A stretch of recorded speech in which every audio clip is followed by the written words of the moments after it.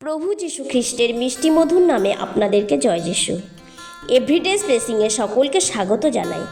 আজ আমি আপনাদের এসৌ আর জাকবের কাহিনী শোনাবো। এই এসৌ আর জাকবের কাহিনী পবিত্র বাইবেলের আদি পুস্তক 25 থেকে 27 অধ্যায়ে লেখা আছে। প্রিয় বন্ধুগণ, এসৌ আর জাকব ছিল ইসাক এবং রিবিকার সন্তান, আর ইসাক ছিলেন অব্রাহামের সন্তান। ইসাক আর রিবিকার যমজ সন্তান ছিল এসৌ আর জাকব। ইসাকের স্ত্রী রিবিকা ছিলেন বন্ধ্যা, আর তাই ইসাক সদাপ্রভুর কাছে প্রার্থনা করলেন সন্তানের জন্য, আর সদাপ্রভু তার প্রার্থনা শুনলেন। আর ইসাকের স্ত্রী রিবিকা গর্ভবতী হলেন। এই রিবিকা যখন গর্ভবতী হলেন তখন তার গর্ভে সংঘর্ষ অনুভব করছিলেন, আর তখন তিনি সদাপ্রভুর কাছে প্রার্থনা করলেন।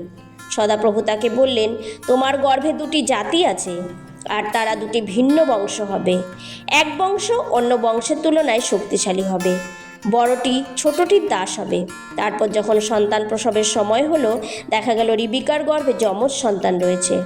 প্রথম যে ছেলেটির জন্ম হলো তার গায়ের রং লাল ছিল, আর তার সারা গা লোমে ঢাকা ছিল, তাই তার নাম দিলেন এসৌ। আর দ্বিতীয় সন্তান এসৌর পায়ের গোড়ালি ধরা অবস্থায় জন্ম হলো, এই জন্য তার নাম রাখা হলো জাকব। আর তারপর যখন এরা বড় হলেন তখন এসৌ একজন ভালো শিকারী হলেন। তিনি মাঠে বাইরে বাইরে ঘুরে বেড়াতেন, আর জাকব ছিলেন শান্ত স্বভাবের। তিনি বাড়িতে থাকতেই ভালোবাসতেন। ইসাক শিকার করা মাংস খেতে ভালোবাসত। এসৌ যেহেতু শিকারী ছিল তাই ইসাক এসৌকে বেশি ভালোবাসত, কিন্তু রিবিকা জাকবকে বেশি ভালোবাসতেন। পুরাতন যুগে প্রথম যে সন্তান জন্ম হতো সেই বড় অধিকার পেত। একদিন জাকব ডাল রান্না করছেন, এমন সময় এসৌ মাঠ থেকে ফিরে এলো, আর এসৌ খুব ক্লান্ত হয়ে পড়েছিল। সেই সময় এসৌ জাকবের কাছে খাবার জন্য ডাল চাইলেন, আর তখন জাকব বললেন, প্রথমে তুমি বড় ছেলে হিসেবে তোমার যে অধিকার আছে সেটা আজ তুমি আমার কাছে বিক্রি করো।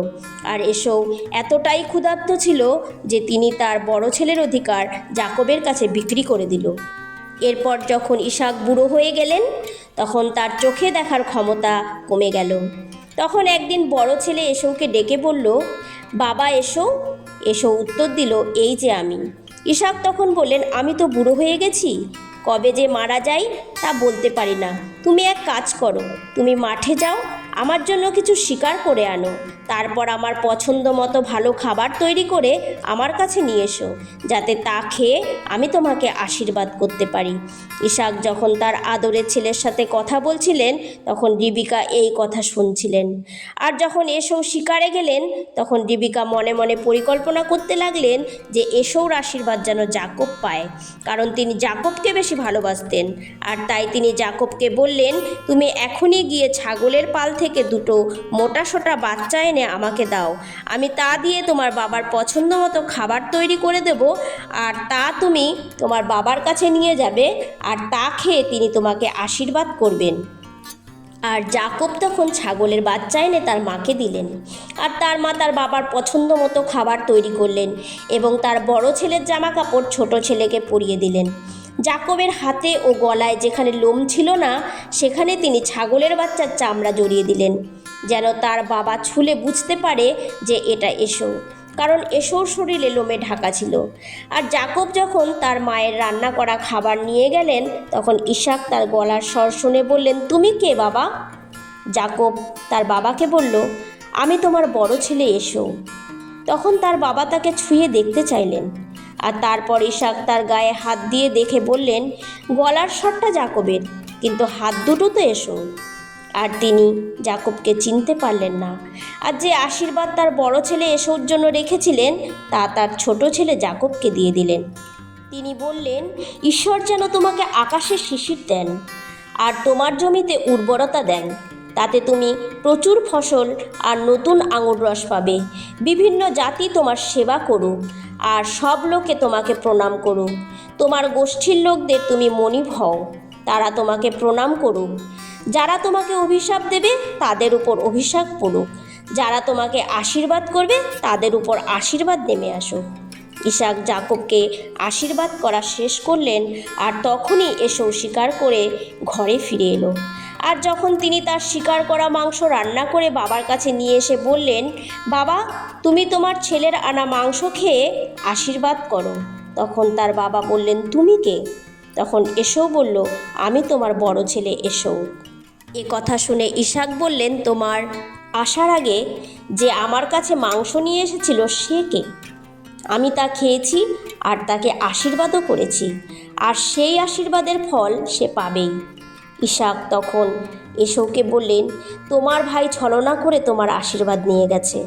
আর তারপর কথা শুনে এসৌ দুঃখে, রাগে, হিংসায় বলল তার ভাইকে মেরে ফেলবে।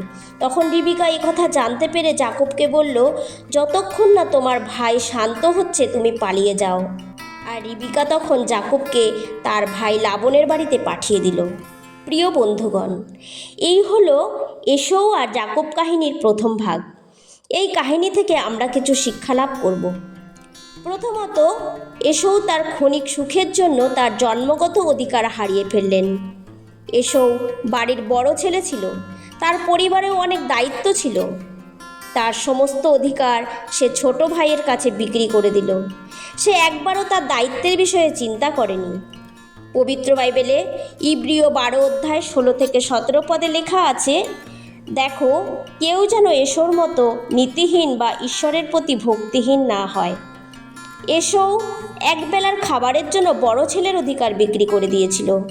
পরে যদিও সে কেঁদে কেঁদে আশীর্বাদ ভিক্ষা করেছিল, তবুও তাকে অগ্রাহ্য করা হয়েছিল, কারণ মন ফিরাবার সুযোগ তখন আর তার ছিল না। প্রিয় বন্ধুগণ, আজ আমরাও এসৌর মতো একই ভুল করে থাকি। আমাদের দায়িত্ব কর্তব্য আমরাও ভুলে যাই। আমরা যখন ঈশ্বরের সন্তান, তখন তিনি আমাদের এক বড় কাজের দায়িত্ব দিয়েছেন, তা হলো যারা অন্ধকারে হারিয়ে গেছে তাদের আলোতে ফিরাবার। কিন্তু আজ সংসারের ক্ষণিক আনন্দের জন্য আমরা সেই মহান কাজের দায়িত্বকে ভুলে যাই। আমরাও এসৌর মতো দায়িত্বহীন হয়ে যাই।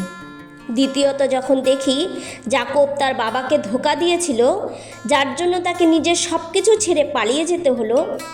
জাকবের আশীর্বাদ নিজের মতো করে পেতে চেয়েছিল, ঈশ্বরের ইচ্ছাতে নয়। অনেক সময় আমরাও আমাদের নিজের ইচ্ছা মতো আশীর্বাদ পেতে চাই, ঈশ্বরের ইচ্ছা জানতে চাই না যে ঈশ্বর আমাকে কিভাবে আশীর্বাদ করতে চান। প্রিয় বন্ধুগণ, আমাদের পরিকল্পনার চেয়ে ঈশ্বরের পরিকল্পনা অনেক উত্তম। জাকব তার নিজের ভাইকে ধোঁকা দিয়েছিল, যার জন্য তার ভাইয়ের সাথে তার বিচ্ছেদ হয়েছিল। জাকব আশীর্বাদ পেয়েছিল ঠিকই, কিন্তু তার কাজের জন্য তাকে তার প্রতিফল ভোগ করতে হয়েছিল, তাকে পালিয়ে বেড়াতে হয়েছিল। এই বাক্যের দ্বারা ঈশ্বর আপনাকে আশীর্বাদ করুন। আসুন প্রার্থনা করি। হে সর্বশক্তিমান জীবন্ত পিতা, তোমায় ধন্যবাদ আজকের দিনের জন্য। পিতা, আমরা যেন কখনো তোমার আশীর্বাদ না হারাই। নিজের ইচ্ছায় নয়, তোমার ইচ্ছায়, তোমার আশীর্বাদে এগিয়ে যেতে পারি। এই প্রার্থনা পিতা তোমার পুত্র প্রভু যিশুর নামে চাই। আমেন।